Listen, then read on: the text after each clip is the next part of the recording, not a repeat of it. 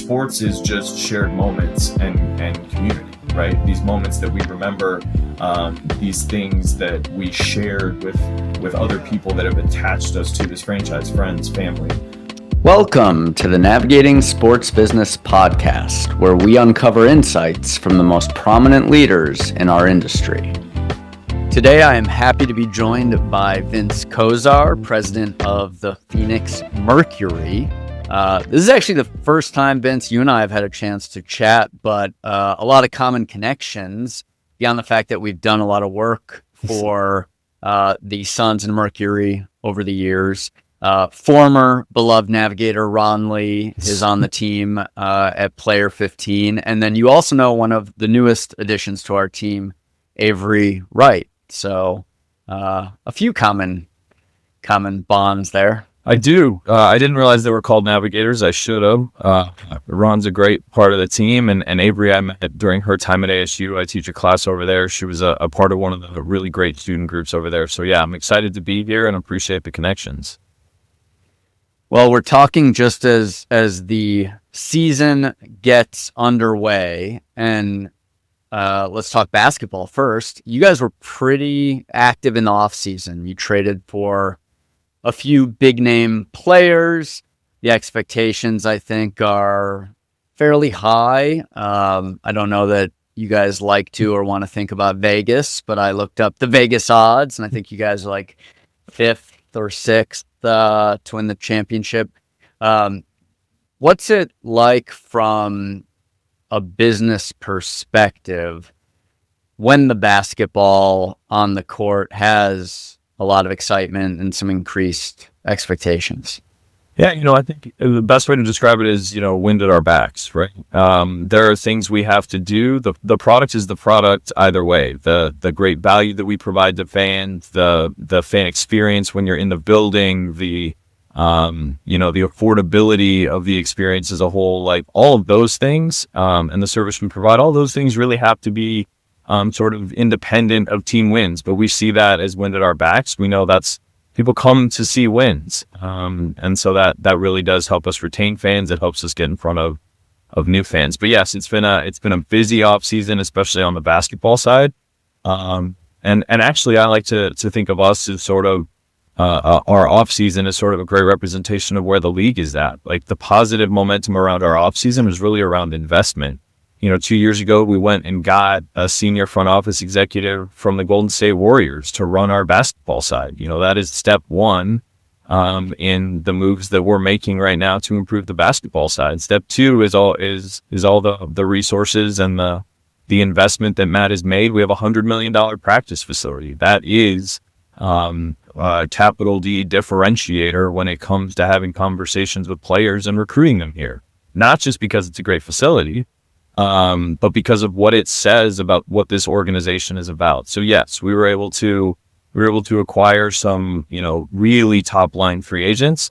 But it really just speaks to where this thing has been headed for the last couple of years.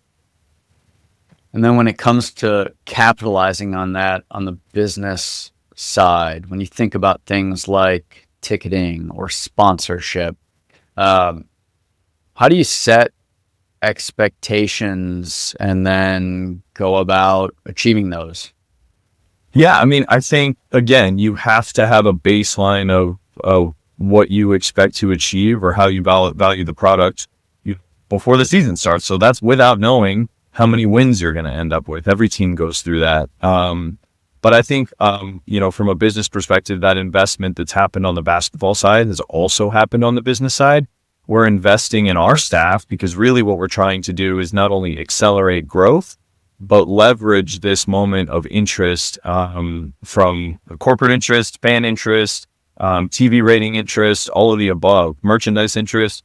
We're trying to leverage that for, not just this season and next season, but the next 5, 10, 15 years of what this league is about. So we're really trying to position ourselves staffing-wise and resource-wise with where we expect this to go.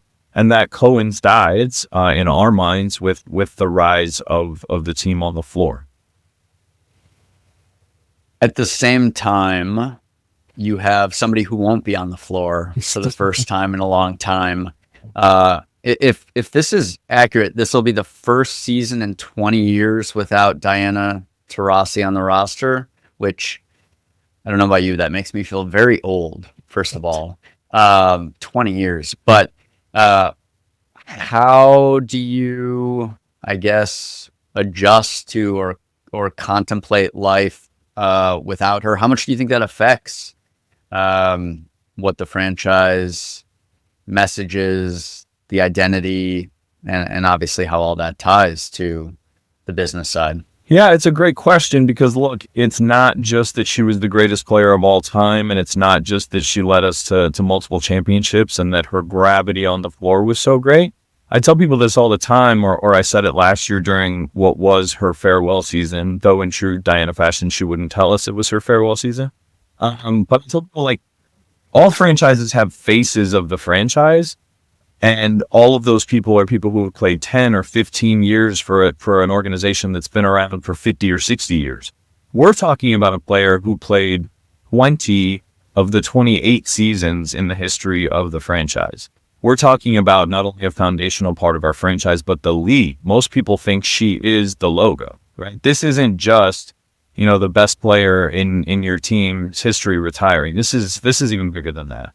And so there are a couple things I think that go along with it. One, she played into her 40s, so I don't think anyone was caught totally off guard in terms of our fan base or the business side. I think there's so much respect for what she does. I still think she could play tomorrow, but again, I don't think anyone was sort of blindsided by it. And then the first indicator for us is season ticket member renewals last year. Like, those folks knew that this was probably the end for her. But have we created a vision for what the future can be on the basketball side with players like Talia Copper, who we acquired last year? Is there a vision for the future behind Nick Uren, our GM's leadership, and Nate Tivitz, our head coach? Because if you can shift that, and that's not just necessarily organic, right? You have to put those folks in front of people. You have to help them see the vision in order for them to have a great deal of belief in it. So I think we sort of position those folks, Talia Copper on the player side and the other folks on the front office side, as this is what the next iteration of the Mercury looks like. And we had a great season ticket renewal campaign. The other pieces of it is, what is our organization about outside of a singular player? We're about the impact we make in the community. We're about the experience when you're in the building. We're about how we treat our fans, whether you've been with us for one day or for 30 years. And so all of those things, I think we've been really laser focused on for the last, half decade to a decade, and especially under Matt Ishbia's leadership. Those things sort of allow you to get to that next step.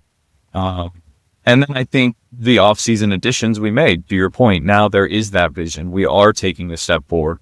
And then it's our responsibility to make sure our fans get introduced to and get accustomed to and grow to love and see the personalities of all of these players who are not replacing D, but have sort of moved into those roles, those central roles as the new faces of the franchise.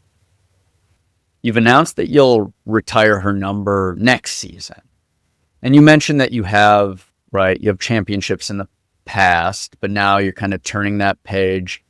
How do you put together a strategy that kind of balances celebrating the tradition, the past, the history, but also, looking ahead, turning the page, focusing on this next generation of players and who the Mercury are going to be going forward, not just who you've been?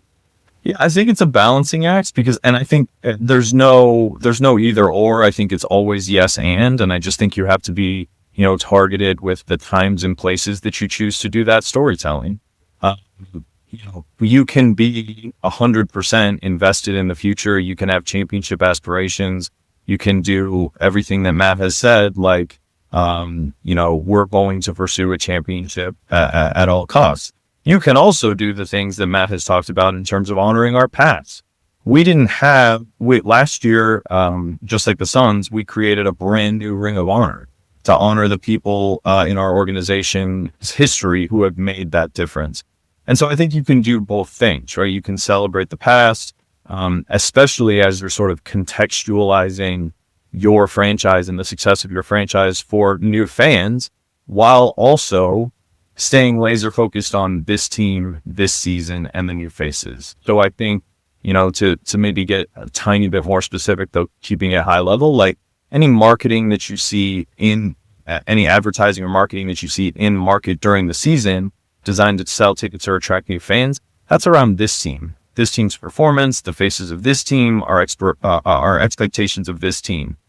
But when you're in the arena, when you're on social, when we're storytelling what this organization has historically meant to the league, to this market, to this community, you can pull in those faces and those stories and those moments, because I think we all know, like, sports is just shared moments and community, right? These moments that we remember, these things that we shared with other people that have attached us to this franchise, friends, family, whomever it may be. And so I think you can do both things. You just have to be really strategic with. But it is important, like, the hype videos, the things that are going to get you excited, that got our fans excited on opening night. Those things aren't, for the first time in 20 years going to feature Diana, because she's not a part of this specific team. So I just think you have to do both.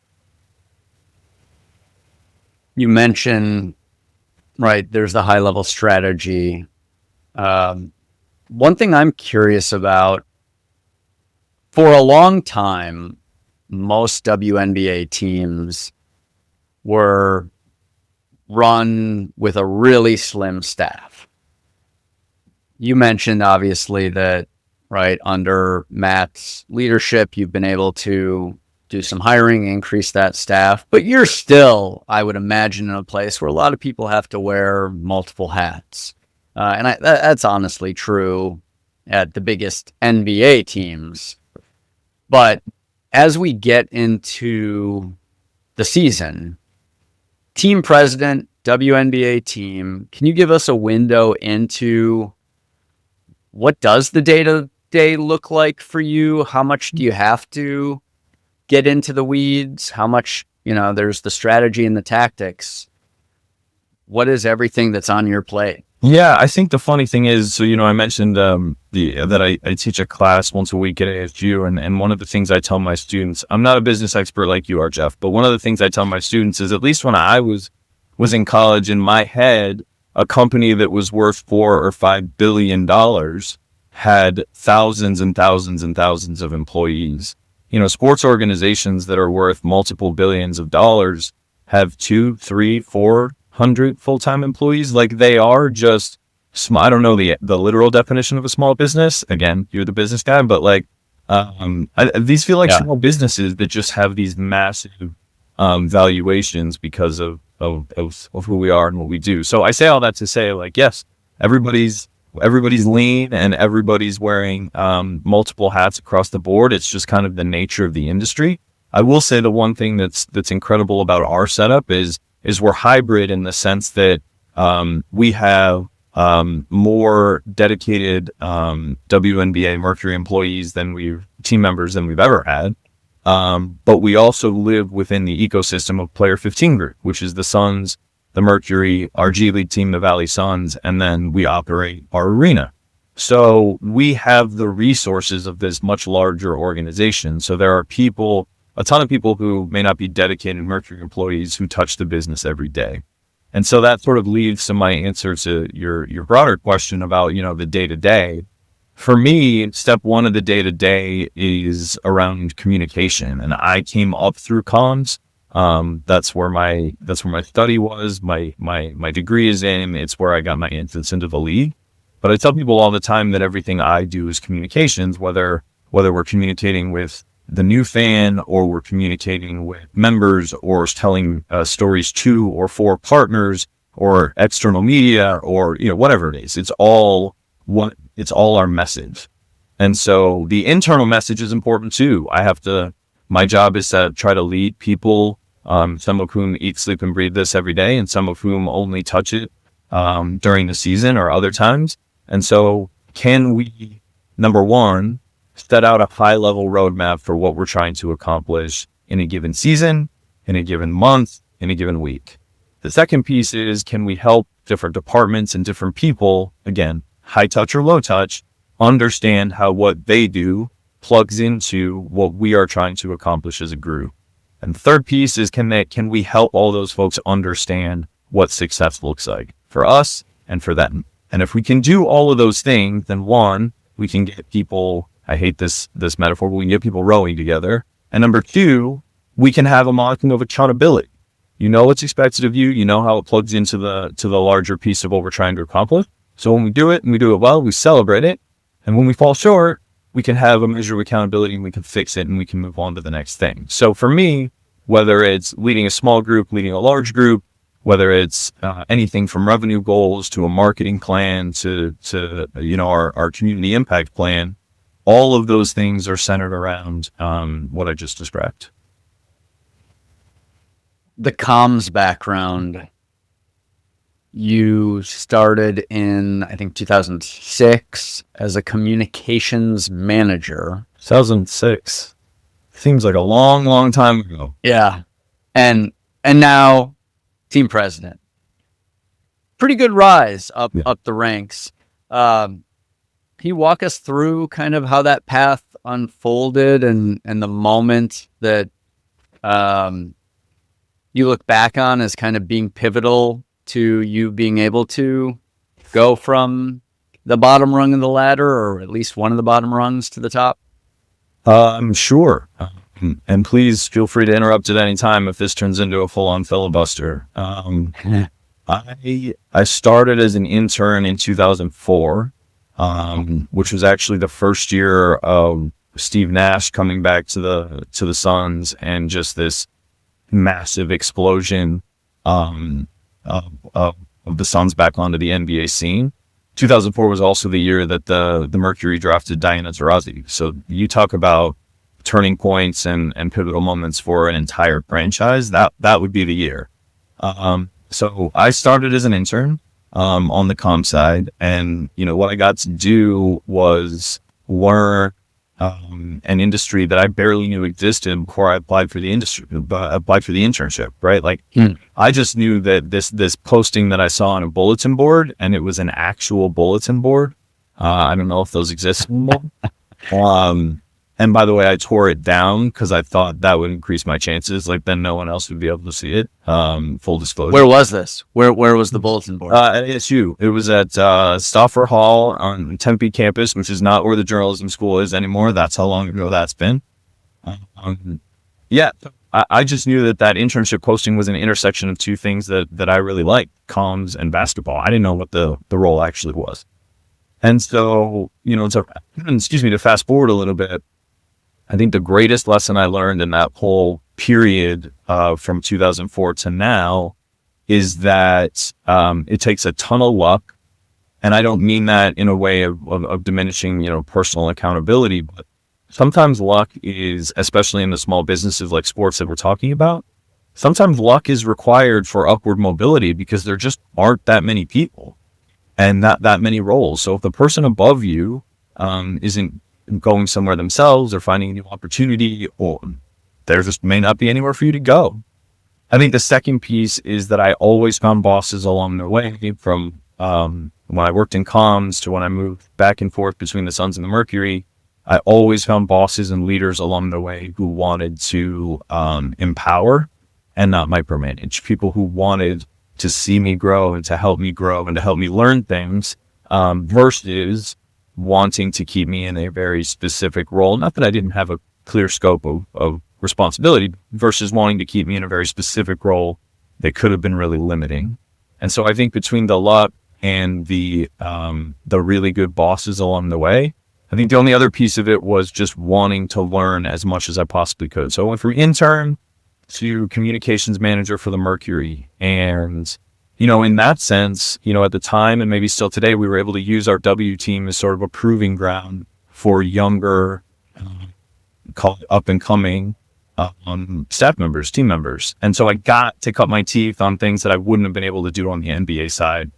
And that was in 2006. And in 2007, well, we won a championship as the Mercury in 2007. And I have these incredible memories, but I also have this incredible bond from that time period with Diana Taurasi. and Penny Taylor, her wife, and a lot of the other players. And so I moved back to the Sun side. I worked on that side for a number of years and met incredible people. And then leadership on the Mercury side pulled me back to work on sort of a broader scope of things, oversee comms, marketing, community, social, those kinds of things. And I was able to learn a lot of the revenue pieces at the time. You either have people who are threatened by you and want to micromanage you or want to keep their area sort of territorially, or you have people who want to teach and want to empower. And I've always wanted to be the latter because I received the latter. So I learned as much as I could about the revenue side. We have incredible people internally then and now who really oversee those things and helped me learn. And so I think between the learning, between the comms background, between wanting to be a certain type of manager, and lastly, I just care a ton about the product. You know, I tell people all the time, the NBA is this unbelievable machine. It is an international force for good, and it's incredible. I just don't personally feel like the NBA needs me. It's got a ton of smart people and a ton of people who want to work in it every single day. And I have always felt that the W and the Mercury in this organization has needed what I can bring to it. And so between that and the personal relationships and wanting to inspire and lead over time, that has gotten me to where I am right now. We're talking a lot about your viewpoint as a leader, but you have bosses. Sure. What you've already talked about, right, with Matt coming in, all the investment that they've made, both in people, facilities, and those really incredible changes.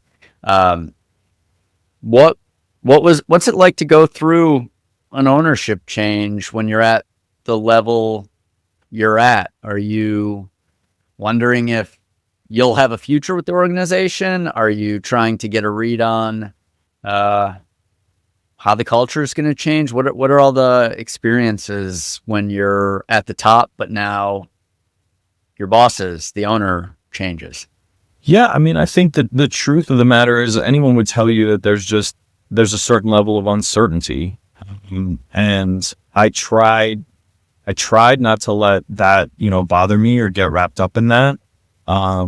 Because that was made easier by Matt coming in saying, there's incredible potential here. There's been incredible success here. That's why I wanted to buy these teams. So I'm not coming in to turn everything on its head. I'm coming in to make this better. And I make it better by making your experience better, by making our fan experience better, and by investing in this place and really prioritizing what these brands are about. And so that made the uneasiness a little easier. I think the other piece of it is, how do you, without constantly trying to pat yourself on the back or constantly answering questions that aren't being asked, like, how do you demonstrate, hey, I do think I have some level of experience and expertise here. I do think I'm an asset to you in this organization. Like, how do you say that to a person who isn't necessarily asking you that? Because he's not going person to person saying, defend your job. Of course not. Right. So, of course, there was a certain level of uncertainty there, but Matt just came in with, he was so focused on people, he was so focused on investment, and he was candidly so focused on winning that we were able to sort of navigate that as best we could. I think, look, candidly, it was also coming on the heels of a difficult period for our organization. I think what I would say to summarize is it was all communication. It was all people who were having direct conversations about, this is my vision for what I want to do. This is how you fit into it. This is how I see your impact in what you've done, like showing a level of not only knowledge, but appreciation. And so all of those things made what could have been a really difficult situation much, much easier. With Player 15 as that broader umbrella organization, you get to tap into more than just Mercury employees. How do you balance, or how do you know how often you can tap those other people on the shoulder, or what their bandwidth is, Yeah. or what's going on in the world of somebody that's spread across the Suns and Mercury, and maybe this isn't the right time. I mean, can you give me an idea of how organizationally you manage that? Yeah, I think there's a couple ways. Like, first is really process heavy, right? I think 5 years ago, we didn't have a single project manager. Now I think we have 8 or 9. And that in and of itself not only gets projects from start to finish, but the connecting piece between these departments that is also tracking bandwidth. And it's also tracking, how much people have left to give. So I think some of it is like literally we had to develop processes, and we as a team, Mercury, have our own dedicated project manager.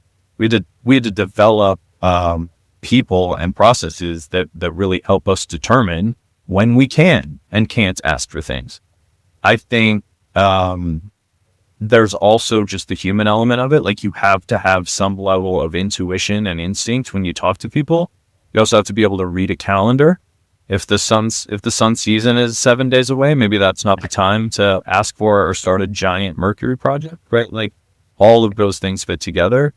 I think the third piece of it is we've really resourced ourselves in a way where we have the dedicated staff to really drive us and get us through.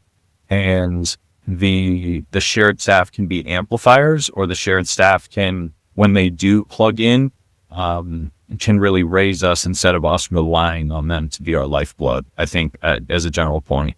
Matt came in, and I have never heard him say Suns without saying Mercury. I can't tell you the kind of seismic shift that is from the very top. Then people see it happening.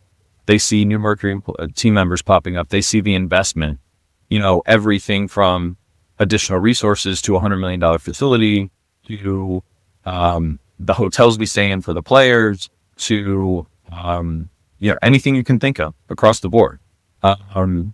So we have 2 floors for the Mercury. No other WNBA team has 2 floors. So they started to see, doing it hugely valuable, but we're actually doing it too. So that coming from the top, saying we're all invested in it. Now those shared resources aren't feeling like Suns are my responsibility. When I get to Mercury, I'll get to Mercury. This is our whole organization's list of priorities. So top down. And an interesting distinction to remember too is they did this, right? This was before last season. And I think all of us look at last season in the WNBA and Caitlin Clark and Angel Reese, and that was the moment that it seemed like, now everybody is saying their WNBA team is just as important, but they were doing it before that.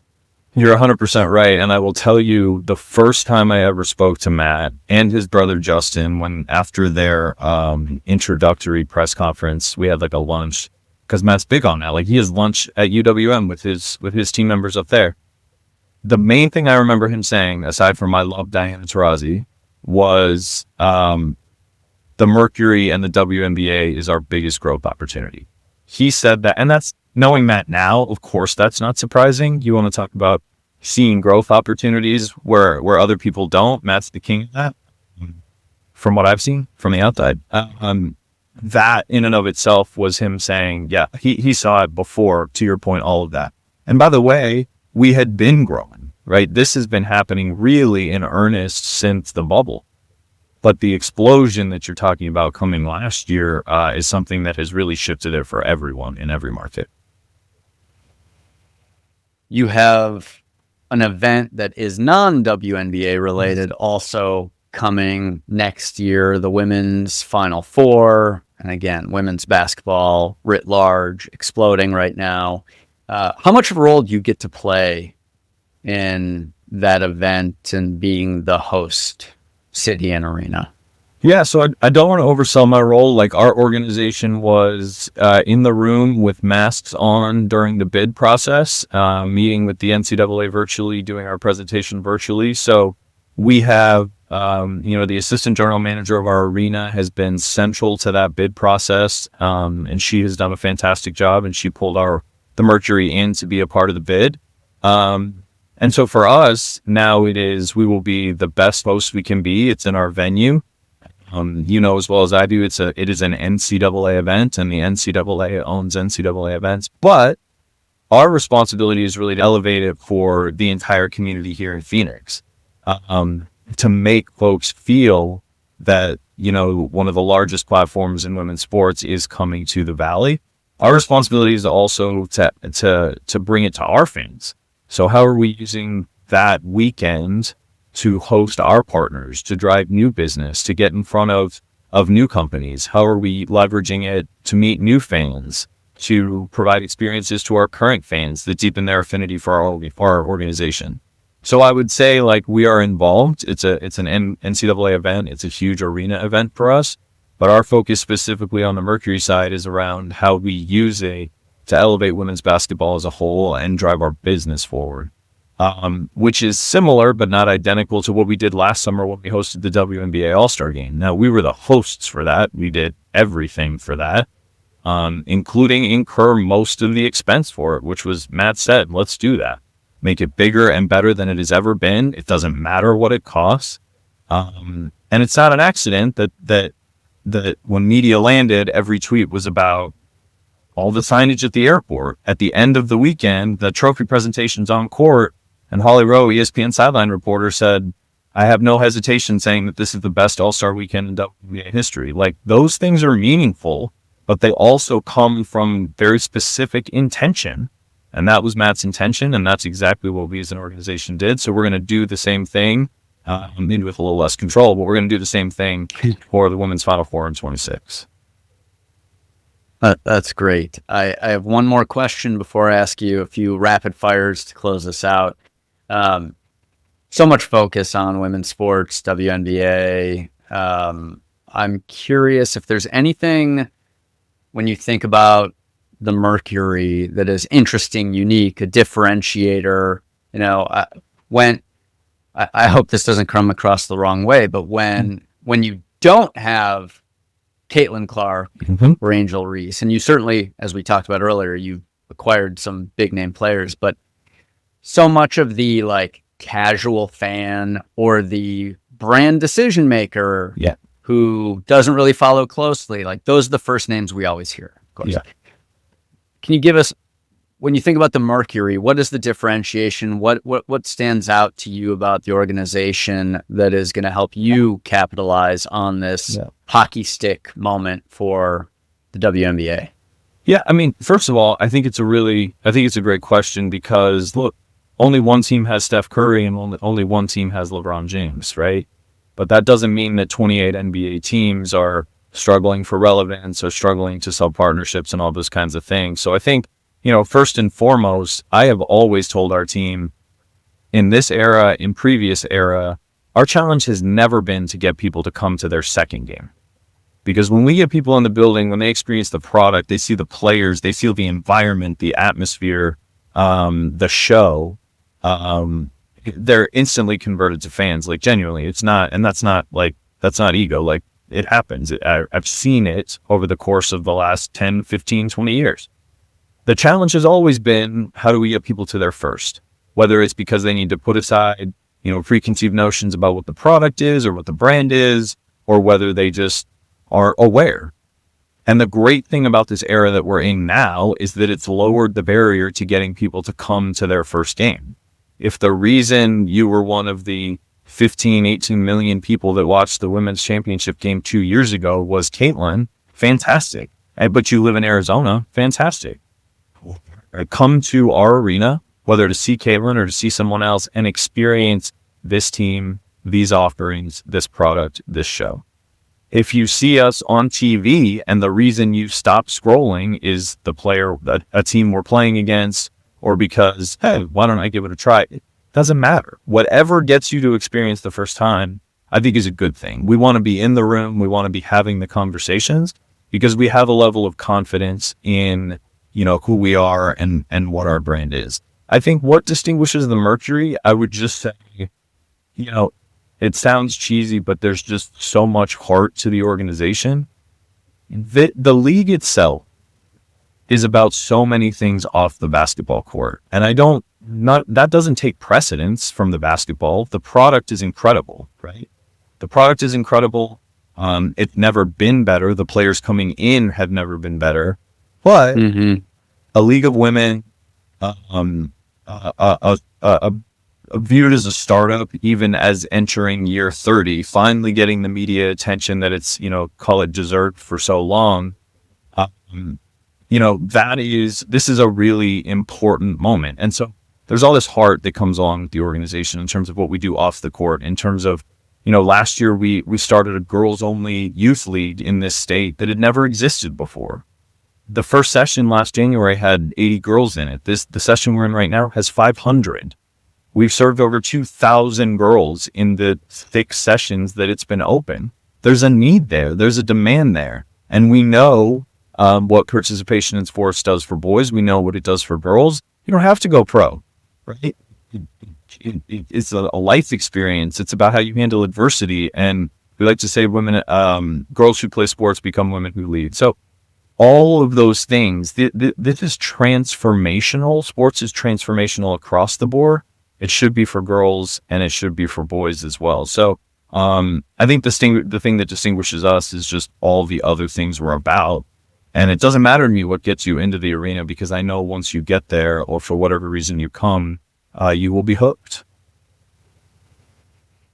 Your comms background is shining through here. Your ability to evangelize the Mercury and women's basketball is evident. I want to wrap up with a couple more questions, rapid fires, just so we learn a little more about you. Yep. Who would be your dream dinner guest, living or dead? Anyone in the world, all of history. Who are you getting dinner with? I'm so bad at these. I'm glad you guys sent them over ahead of time, and I still came to know conclusions on who I should answer, because I'm definitely the guy that vacillates between, do I say an answer that makes me seem really deep or just like a truthful answer? Truthful.